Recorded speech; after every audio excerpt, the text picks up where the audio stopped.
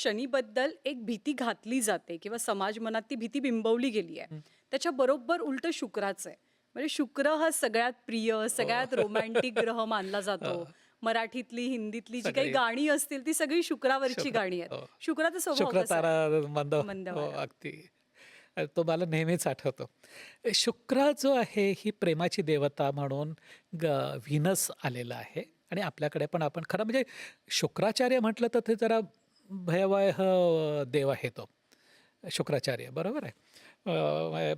पण शनी शुक्र सॉरी शुक्र किंवा व्हीनस आपण जर म्हटलं तर ही प्रेमाची देवता म्हणूनच त्याने मानलेलं आहे कारण ते खरंचच दिसायला सुंदर दिसते ते शुक्र आणि संध्याकाळच्या आकाशामध्ये किंवा पहाटेच्या आकाशामध्ये तो तेजस्वी असा ग्रह आपल्याला आकाशात दिसतो आणि मग कधी त्याच्याबरोबर चंद्र असला चंद्राची कोर अत्यंत ते सुंदर दृश्य असतं आणि त्याच्यावरूनच कदाचित लोकांनी म्हटलं असेल की ही ह्याला प्रेमाची देवता म्हटलं असेल.